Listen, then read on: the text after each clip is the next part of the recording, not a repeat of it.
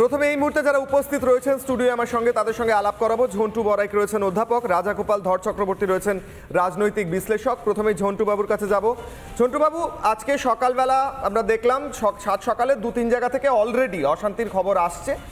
একদিকে একটি আসন ধরে রাখার লড়াই বিজেপির, অন্যদিকে বিজেপি বলছে যে তৃণমূল এইবার গোহারান হারতে চলেছে, কারণ এত আমরা দেখেছি, আন্দোলন দেখেছি, অভয়াকাণ্ড দেখেছি। আপনার কি মনে হয়, আপনার কি আশা, কত জায়গায় ভোট লুট হতে চলেছে? দেখো, ভোট লুট তো এখানে ভবিতব্য সত্য, এবং আমি তোমায় বলছি যে একটা উপনির্বাচনের মতন সামান্য বিষয় যেখানে শাসক বরাবরই ডিভিডেন্ড পায় বিভিন্ন জিওপলিটিক্যাল অ্যাসপেক্টের ভিত্তিতে, সারা ভারতবর্ষের চিত্র তাই বলে, খুব আনইউজুয়াল কোনো অ্যাসপেক্ট না থাকলে, যেমন ঠিক নন্দীগ্রামে 2007-এর পরে 8-এ আমরা দেখেছিলাম যে সিপিএম কিছুটা ব্যাকফুটে গেছিলো একটা উপনির্বাচনে। আমি বলছি তারপরেও এই 6টা উপনির্বাচনে তৃণমূলের, আমি বিশ্বাস করো মাদারিঘাট আমার এলাকা, আমার বাড়ির এলাকা, সেটা বরাবরই 2016 তারও আগের থেকে ওখানটা বিজেপির একটা বড় ধরনের সংগঠন আছে। আমি বাকি 5টায় কোথাও আমি দেখি না তৃণমূলের বাইরে কেউ আছে, সাংগঠনিক বলো, প্রশাসনিক বলো, যা কিছু। তারপরেও এই ভোট লুট কেন কিশোর হয়?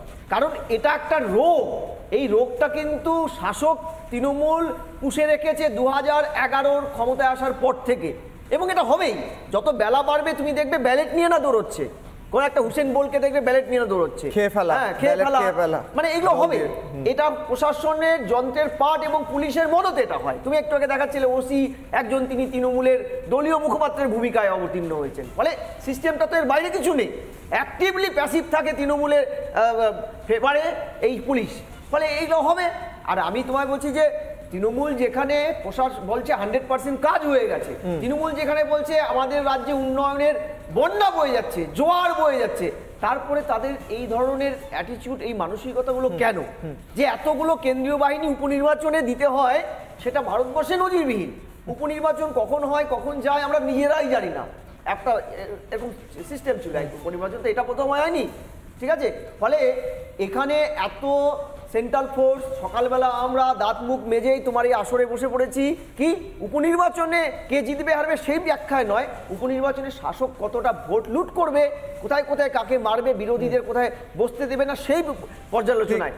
এর চাইতে ভয়ানক কিছু হতে পারে? ঝন্টুবাবু, আমি একবার রাজাগোপাল বাবুর কাছে যাবো। রাজাগোপাল বাবু, আমার মনে হয় তৃণমূল কর্মীরা খুব যেটাকে বলে না কম্প্যাশনেট, দয়ালু। ইভিএমটা একদম ঘরের ভিতরে থাকবে, শ্বাস নিতে পারবে না, জানলার সাইডে রাখলে হাওয়া আসবে, আর ভোটাররা ভালো করে ভোট দিতে পারবেন, তাই মনে হয় ওরা তাই চাইছিলেন। তাই জন্য সমস্যা সকাল থেকে যদি এই চিত্র হয়, কি হতে চলেছে নেক্সট? না, ব্যাপারটা সঠিকই যে যারা লোকাল নেতৃত্ব আছে তারা তাদের ওজনটাকে তো দেখাতে চাইবে দলের কাছে, যে দেখো আমি এত ভোট পাইয়ে দিয়েছি। এখানে নীতি বা আদর্শ এগুলো কোনো দলই খুব একটা করে না, শাসক হয়ে গেলে সবগুলো ভুলে যায়। এবং স্বাভাবিকভাবেই যে নেতা এর মধ্যে দায়িত্বে পড়েছেন, তাকে তো এগুলো করে দেখাতে হবে যে আমি কাজ করছি এবং আমার ভোট বেড়েছে, তাহলেই দলে তার ওজন বাড়বে। সুতরাং মানুষ, কিন্তু আমি এই নির্বাচনে দুটো জিনিস দেখতে চাই, যে একটা হচ্ছে যে অভয়ার কাণ্ডে যে ধরনের আন্দোলন বাংলায় ঘটলো, এগুলো তো আমরা খুব একটা দেখিনি। সর্বত্রই আন্দোলন হয়েছে, মানুষের দুর্দশার কথা, মহিলাদের নিরাপত্তা, সব কিছুই উঠে এসে আন্দোলনে। এবং সেখানে মানুষ কিভাবে এই আন্দোলনটা দেখছে, সরকার বিরোধী আন্দোলন, তার কোনো প্রভাব পড়ে? এক্স্যাক্টলি, রাজাগোপাল একটু সঙ্গে থাকুন। আপনি বলছেন মানুষ কিভাবে এই ভোটটাকে দেখছে, আমরা একবার গ্রাউন্ড থেকে একটা রিপোর্ট নিই, তারপর আসছি আলোচনা। এই মুহূর্তে টিটপ রয়েছেন আমাদের সঙ্গে নৈহাটি থেকে। টিটপ, আমরা স্টুডিওতেও আলোচনা করছি এবং তার সঙ্গে সঙ্গে আমরা দেখছি সকালেই বেশ কয়েক জায়গায় উত্তেজনা। এই মুহূর্তে অনুপমের কাছে যাব সরাসরি। টিটপ, আসছি তোমার কাছে।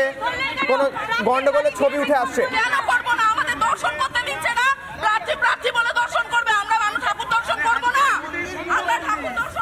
তৃণমূল প্রার্থীর গাড়ি ঘিরে বিক্ষোভ হওয়ার খবর উঠে আসছে প্রাথমিকভাবে।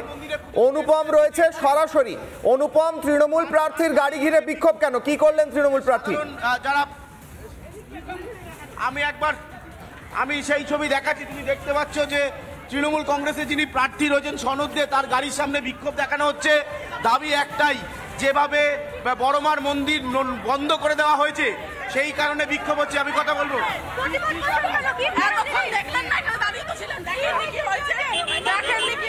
বলছি মন্দির খুলবে, বললো খুলবে, বলছে মন্দির খুলবে।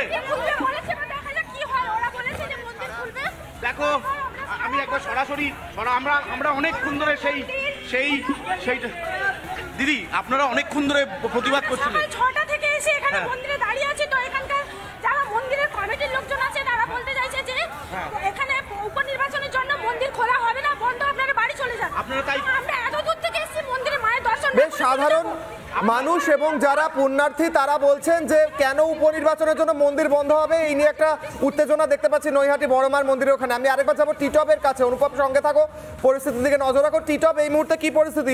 অনুপম দেখাচ্ছিল নৈহাটির একটা অংশে বিক্ষোভ হচ্ছে মন্দির বন্ধ করাকে নিয়ে এবং তা যাতে না হয়। তোমার ওখানে কি পরিস্থিতি টিটপ?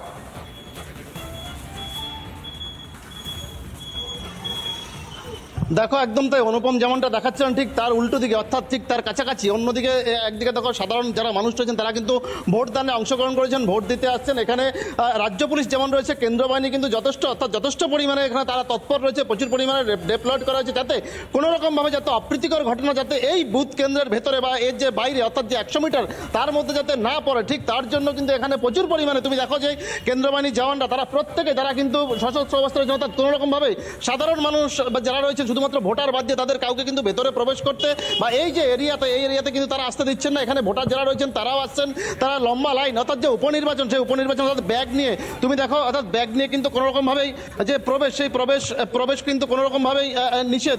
অর্থাৎ স্বাভাবিকভাবেই এখানকার যে চিত্রটা রয়েছে এখানে যে যথেষ্ট কড়াকড়ি তা কিন্তু এই যে চিত্রটা এই ছবি কিন্তু বলে, অর্থাৎ তুমি দেখতেই পাচ্ছ যে সাধারণ মানুষ তারা কিন্তু এখানে বুথ কেন্দ্রের যে বাইরে সেই বাইরে কিন্তু কোনোভাবে তাদেরকে আসতে দেওয়া হচ্ছে না। অর্থাৎ শুধুমাত্র ভোটার যারা রয়েছেন তারাই আসছেন এখানে, তারাই শুধুমাত্র তাদের যে ভোটার কার্ড রয়েছেন ভোটার কার্ড নিয়ে ভেতরে প্রবেশ করছেন, ভোট দিচ্ছেন। অর্থাৎ যেই ছবিটা, অর্থাৎ যে নৈহাটি সকাল থেকে এই ছবিটা কিন্তু বিভিন্ন প্রান্তে আমরা দেখিয়েছি এবং এখন সঙ্গে থাকো। নৈহাটির ছবি দেখাচ্ছ, সেখানে নিরাপত্তার কড়াকড়ি রয়েছে। একদিকে দেখলাম কিছু উত্তেজনা ছিল বড়মার মন্দিরের সামনে। আমি আলোচনায় ছোট্ট করে আবার ফিরবো, আবার লাইভে যাব। রাজগোপাল বাবু, নৈহাটির চিত্র আমরা দেখেছি বারবার উত্তেজনা, এর আগেও আমরা নৈহাটি থেকে খবর পেয়েছি প্রতি নির্বাচনে। এইবার দেখলাম একটু অন্যরকম, বাট যথেষ্ট পরিমাণে বাহিনীও রয়েছে। কি বলবেন, এইবার কি একটু অন্যরকম চিত্র হতে পারে? না দেখুন, আমার যেটা অবাক লাগছে যে ভোট হচ্ছে ঠিক আছে, সেটা রাজনৈতিক ব্যাপার, মন্দিরে তো ভোট হচ্ছে না, মন্দির কেন বন্ধ থাকবে? মন্দিরে তো মানুষের যাওয়ার অধিকার আছে, তার সেখানে বহু মানুষ নানান জায়গা থেকে আসে, কে এটা বন্ধ করতে গেল? মানে মানুষের যে ক্ষোভ, সেটা আমি একেবারে ক্ষোভটাকে আমি সাধুবাদ জানাই, মানুষের দরকার।